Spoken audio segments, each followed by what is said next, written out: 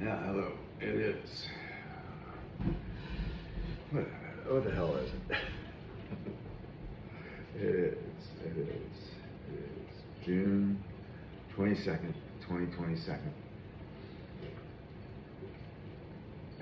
June 22nd, 2026. It is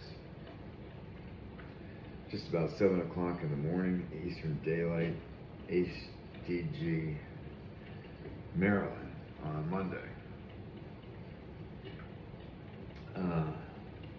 I'm here with Harvey, and the guy that cuts the grass cuts it on Monday. He's usually here by 7 o'clock.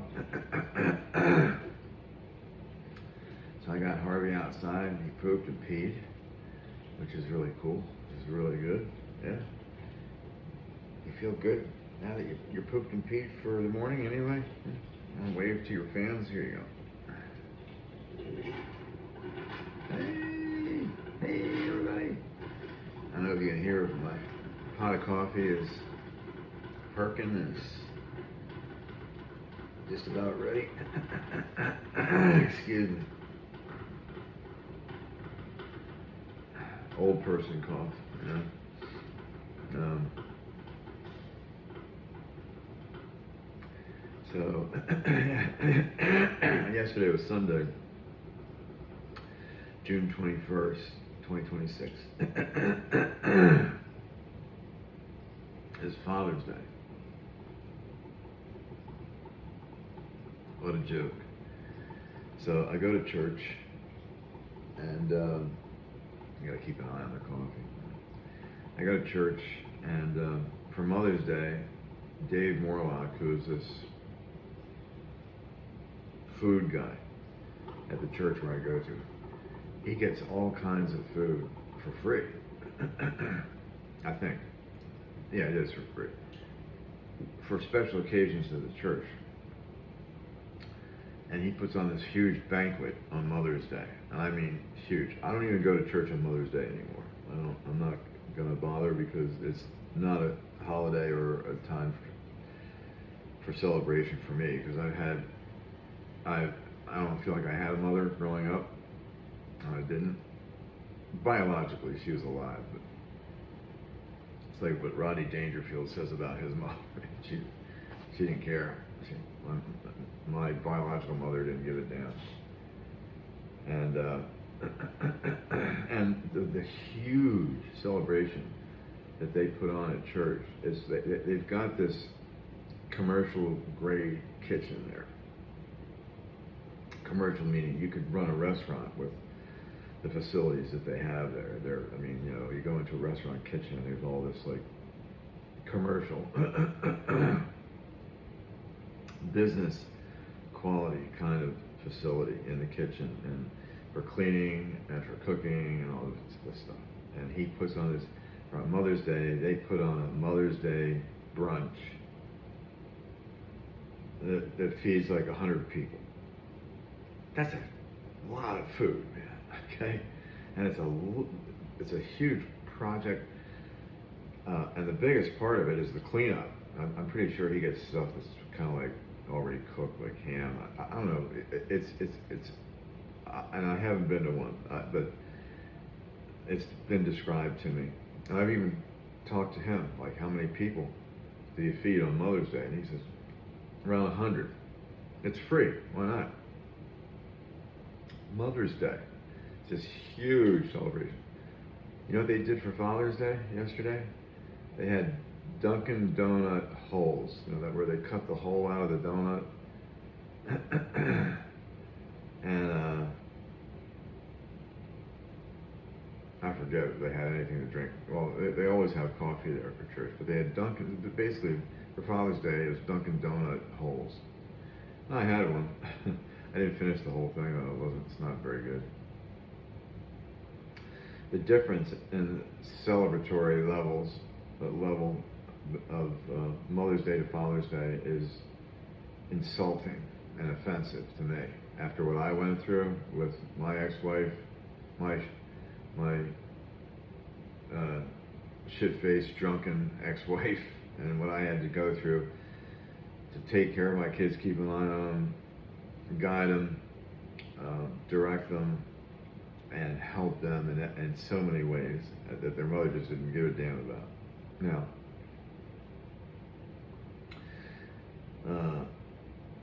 that's just the way it was for me. Now the kids are like, oh, Mother's Day is this big day for them, even though she abandoned them over and over again, neglected them. She kicked my daughter out of their home when she was like 19 or 20 years old because she wouldn't give my ex-wife direct access to her money. And then later her mother stole narcotics from her. But through all that, oh, Mom, I'm gonna take care of Mom. And I'm just like, okay. It's not, my daughter and I don't talk at all anymore. That looks like that's the way it's gonna be. That could be permanent. Well, anyway, I'm not gonna say some of the measures that I've taken, that kind of cut her out of my life, but I've pretty much cut her out of my life. My two boys wish me Happy Father's Day, text message, not a card. It's nothing like Mother's Day. I guess my point is, I gave my life, my heart, and my soul to my children, and Mother's Day is exponentially more important to them than Father's Day. So, however, I had Father's Day wishes from my sister, which was a nice surprise. My sister Melanie, and a few other people too. Let me think. Well, I spoke to Dwayne Raymeyer yesterday, which is a real pleasant surprise. I had called him, and the number that I had for him, I haven't talked to him in years. But I wanted to ask him about, he rents a place, he rents a house in Glenmore, and he has some land in Glenmore too. And I was like, man, maybe he wants to sell off some of that land. Wow, that'd be wow. That'd be a wow. I brought that up to him. I called, there was no voicemail, and it rang maybe 6 or 7 or 8 times, and I just hung up. But then he called me back later. It was a really pleasant surprise, and it was nice talking to him. So, yeah, to me, it is offensive, the difference in the scale of the celebratory scale between Father's Day and Mother's Day. Now, you look at nature, right? And the way things work out in nature, the mothers are always left to fend by themselves to raise their young ones. I think maybe one of the best examples of that, well, there's all kinds of good examples of that, but the bear species is probably the best one, because a male grizzly comes along and knocks up another female grizzly, and then he goes on. He doesn't even remember. Matter of fact, he'll kill his cubs that he impregnated, or he'll kill them for food. So they're like cannibalistic in a way, but the mother protects those cubs, man. If you ever want to see a good grizzly bear fight, look at a mother defending her cubs against a male grizzly. Because the male, again, they're animals. And like my oldest son says, like when I get frustrated with this guy here, he says, Dad, he's just a dog. He doesn't know any better. And the grizzly, he's hungry, and he sees, some little cubs there, and they're easy prey, and he goes after them, and the mother steps in and fights to the death against the male father grizzly. I guess we're a lot like animals. We are. We mimic the animal world in a lot of ways. The problem with the male gender violence of the male gender is just off the charts. It's amazing. But all in all, it was a really good Father's Day for me. To hear from my sister and then Dwayne Raymeyer, and both of my sons wished me a happy Father's Day. That was nice. I wonder if they do it more out of obligation than actual feeling for me. I'm pretty sure it's obligation, because yesterday. They don't care if I'm alive or dead. And they didn't even press me for a response from the text messages, and I didn't respond. I didn't even say thank you. What's the point? So,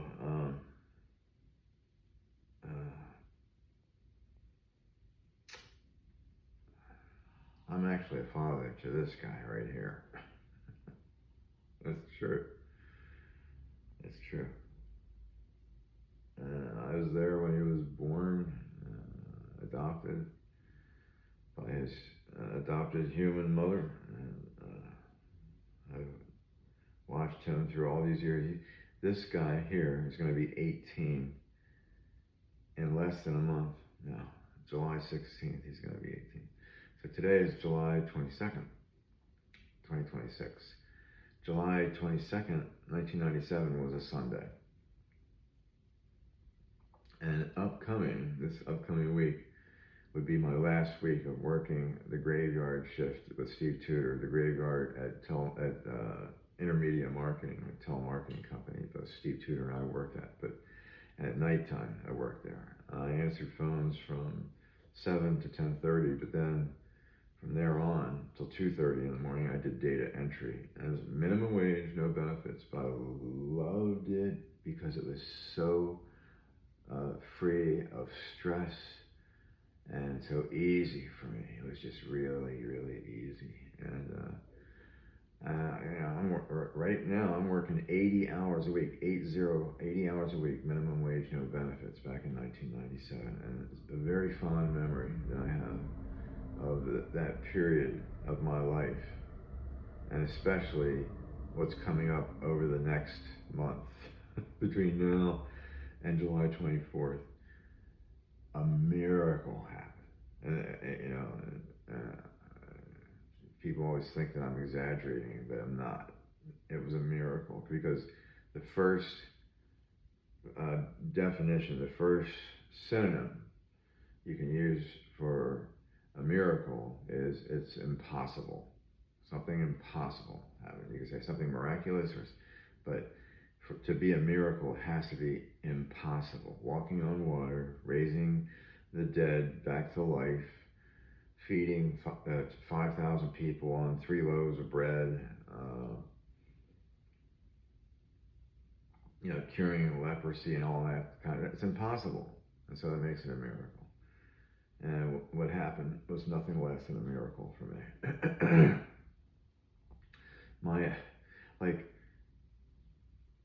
Like 6 weeks after I gave up my photography business and decided I was going to go in another direction, but I wasn't sure what direction I was going to go in. And so I worked 2 minimum wage full-time jobs, no benefit jobs. The one, though, gave me an acquaintance with a guy that found this opportunity in Bell, and I got that information off of him, and it led to an unbelievable 13-year career at Bell, which is still reaping benefits for me to this day. So even though when they got rid of me, and they didn't get rid of me, that it was the world economic crisis that cost me my career at Bell in 2010. And at that point, when they got rid of me, when I was terminated, my job was terminated. They didn't terminate me, they terminated whatever. So, and I got a nice severance package too. That was I was broke. I had to sell my house, move in with somebody. Yeah.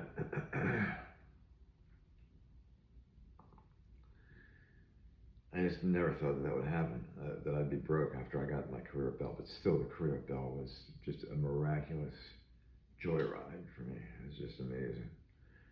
And that all came together right now, 29 years ago. It's just an amazing thing. So anyway, I'm holding Harvey, and he's not squirming or wiggling, and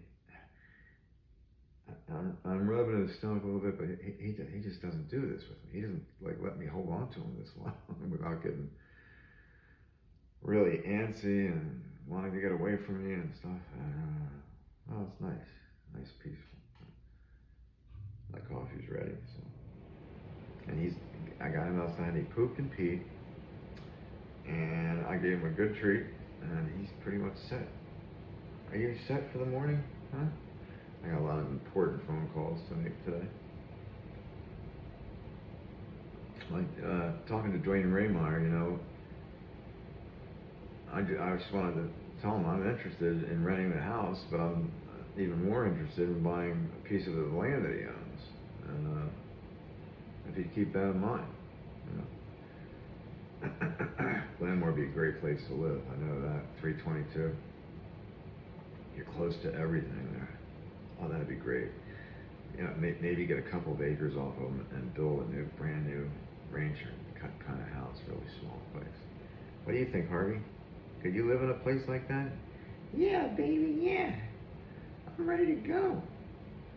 As long as there are squirrelies that I can chase, squirrelies, rabbits, geeseys, seagullies, sand crabbies, grouse, hoggies, and raccoonies. He wouldn't hold up too well against a raccoon, I can tell you that. I can tell you that.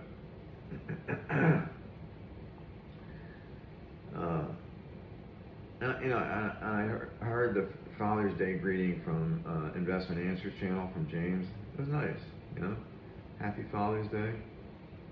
The U.S. Open, at Shinnecock, they were saying Happy Father's Day.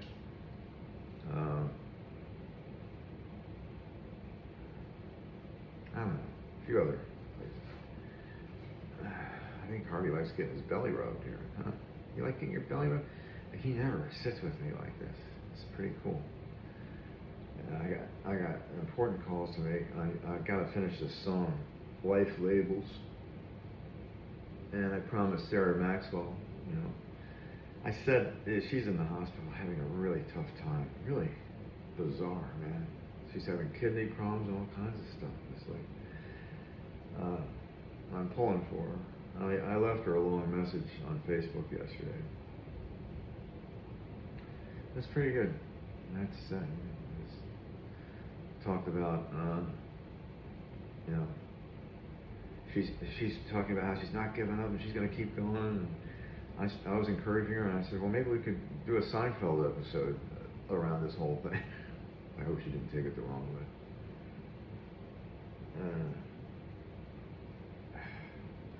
He never sits in my lap like this. He's feeling okay. I have him on Saturdays too, which is something that I did on my own because the dementia was, he started having regular panic attacks from dementia, and he still has these like episodes. Like I just picked him up from the other room, and he's got his nose on the wall, and he's staring at his shadow on the wall. He's fixated on it, And I pick him up and say, come on, man, let's get back in the game, huh? Want to get back in the game? Yeah, man, put me in. I'm ready to go. I did a Harvey rap with him this past April, I think, something like that. And it's got 850 hits on YouTube, which really surprised me, the Harvey rap. The Harvey rap, huh? I'm a little puppy dog, look at me. I'm the cutest little puppy dog you ever did see. I'm a little puppy dog, now watch me go. Puppy dog, the star of the show. I'm a little puppy dog, and my name is Harvey. And when I'm with the girly dogs, I like to party. Me and the girly dog Saturday night. We shake a booty left, we shake a booty right. He is really calmed down now. It's really nice to see him calm like this because dementia causes panic attack. I mean, he has really bad cataracts too, so his vision's not as good as it used to be. I'm not sure what he can see. I'm really not sure, but So he has, he's struggling a bit, but he's doing okay. He's going to be 18 on July 16th. Today is June 22nd. So 29 years ago, today was a Sunday. And it's the beginning of my last week of working with Steve Tudor on the graveyard. He just disappears on me this coming Friday. He disappears into thin air. And that's because he found this gig at Bell Atlantic, but he didn't tell me about it, okay, which really pissed me off. He just left. But he came back a week later because he ran low on money. And I see him, and I said, "Where'd you go, man? You've been gone, you didn't say goodbye. You didn't even, they told me you left the company, you weren't coming back." He goes, "Oh, hi, Jerry. Well, I called in this morning to see if I could come back and work today, tomorrow, and Wednesday before I start my new job on Thursday." And I said, "You start a new job on Thursday? Where?" He says, "Bell Atlantic." And that was it, man. The whistles and the bells started going off in my head. I said, "Bell." A couple things I knew about Bell Atlantic. They had more money than they could count. Okay, they couldn't count on the money. They hired accountants just to count the money, and they still didn't know how much they had. That's how filthy rich that company was. It was a monopoly, but they lost their monopoly. And they decided they better reach out to their highest margin customers, small and medium businesses. So they created their first outbound proactive calling channel to their small and medium businesses, and they needed, account managers to take ownership of these accounts and proactively call them. Right up my alley, man. Perfect. It was a perfect. It'd be the perfect job for me now. It's perfect. I couldn't believe when I heard that he got into Bell Atlantic. Well, then I came to understand that they were hiring anybody, and they had hired a company to be their proxy until they got this outbound calling channel up and running. And so I was actually working for this proxy company for a little bit more than a year before Bell Atlantic officially took me and a bunch of other people into the company, into Bell. But it's like from the get-go. I'm working 80 hours a week, minimum wage, no benefits. They hire me over the phone and give me 6 weeks of paid training. I was like, I died and went to heaven. That's what happened. It was amazing. It was miraculous. It was just, I was $46,000 in credit card debt. After 3 years of being at Bell, a combination of the proxy and Bell. So, year 2000, I had $46,000 of credit card debt, all paid off by 2000. Paid off $46,000 of credit card debt, never declared bankruptcy. I'm proud of that. I hold that up to myself for high esteem. What do you think, Harvey? Yeah, pretty good. Does that mean I get more treats?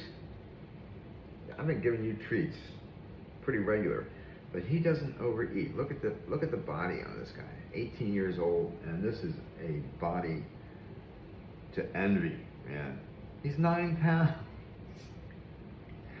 And he loves to eat, but he doesn't overeat. He eats, and his little tummy gets full, and then he goes away for 4 or 5 hours, and then looks for another snack and another treat. He never sits on my lap like this, too. I'm not sure what's going on here. Is this a miracle? He's a good boy. And I'm really, really blessed to be able to take care of him, And he's very important to me. I thought I was going to lose him about a month and a half, I guess. Right at this point, maybe 2 months ago. In the middle of the night, he's having a dementia initiated panic attack. And people with dementia have panic attacks too.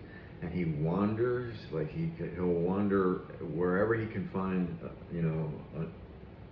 a nook or a cranny that that he can get into, he does, and he wanders. If the door was open, he'd wander outside for sure. Gotta be careful about that. But he's gotten into trouble inside the place here. He'll get stuck in the corner of a room, and he doesn't know how to get out of the corner, and he starts crying and screaming and crying at the top of his lungs, and because hey, I don't know where I am. What's going on, huh? Yeah. Anyway, ain't that good dog? Ain't that good boy? I'm just so blessed to be able to take care of both him and myself, And I'm 100% independent too, and I love that. I'm really pleased with that. So anyway, I'm gonna put him down and have a cup of coffee, and happy Father's Day to all those fathers out there. Peace.